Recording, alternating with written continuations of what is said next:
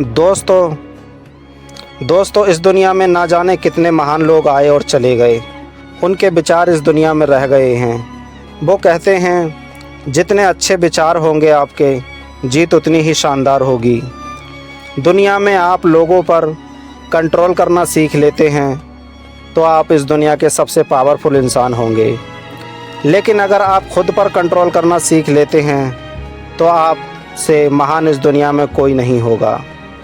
एक बार की बात है, गौतम बुद्ध से उनके शिष्य ने पूछा कि बताइए काम क्या होता है।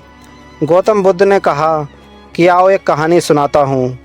एक बार की बात है, एक राजा हाथी पर बैठ के अपने राज्य में घूम रहा था और घूमते घूमते एक दुकान के आगे आकर रुक गया। रुकने के बाद उसने अपने मंत्री से कहा कि मंत्री जी, मालूम नहीं क्यों लेकिन एक विचार आया है कि इस दुकानदार को कल सुबह फांसी पर लटका दो। मंत्री इससे पहले कुछ पूछ पाता कि वजह क्या है, ऐसा क्यों लगा राजा को, राजा साहब आगे बढ़ गए। मंत्री से रहा नहीं गया। अगले दिन मंत्री भेष बदलकर आम जनता के भेष में उस दुकान में पहुंचा और देखता है कि वो दुकानदार चंदन की लकड़ी बेचता है। मंत्री जी ने पूछा कि काम धंधा कैसा चल रहा है, तो उसने बताया कि बहुत बुरा हाल है। क्या बताऊं, आप लोग आते हैं, चंदन को सूंघते हैं और खुश होते हैं और वह बहुत अच्छा लगा, लेकिन ख़रीदते नहीं हैं। बस इसी इंतज़ार में बैठा हूं कि हमारे राज्य के राजा की मृत्यु हो और उसकी लाश में चंदन की लकड़ी लगाई जाए। बहुत सारी चंदन की लकड़ी खरीदी जाएंगी, वहाँ से शायद मेरे दिन बदलना शुरू होंगे। मंत्री को सारा खेल समझ में आ गया कि ये जो सोचना है शायद यही विचार है। नकारात्मक वाले की राजा साहब का जब यहाँ से निकले थे तो उनके दिमाग में भी इसके लिए उल्टा ही आया था। बुद्धिमान मंत्री था, उसने एक विचार सोचा।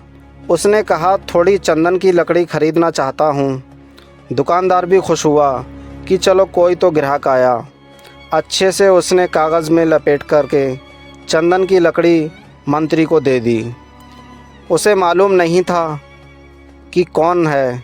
मंत्री अगले दिन दरबार में चंदन की लकड़ी लेकर पहुँचे और राजा साहब से कहा कि राजा साहब, वो जो दुकानदार था उसने आपके लिए तोहफ़ा भेजा है। राजा बड़े खुश हुए और राजा ने सोचा कि अगर मैं फालतू में उसको फांसी पर लटकाने की बात सोच रहा था, उसने तो तोहफ़ा भेजा है। देखा तो चंदन की लकड़ी थी और वो भी बड़ी खुशबूदार थी।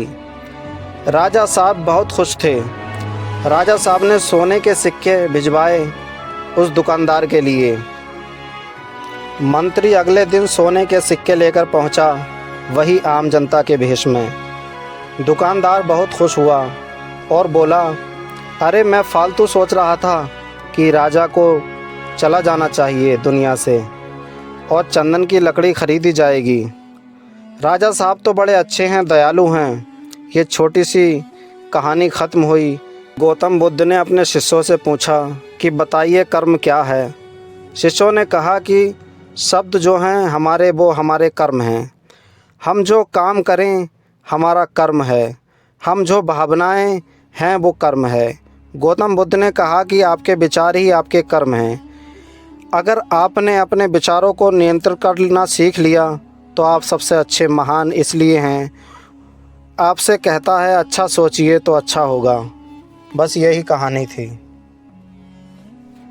अगर कहानी और महान विचार अच्छे लगे हों तो चैनल को सब्सक्राइब ज़रूर करना, ताकि मैं और अच्छे वीडियो आपके लिए लाता रहूं।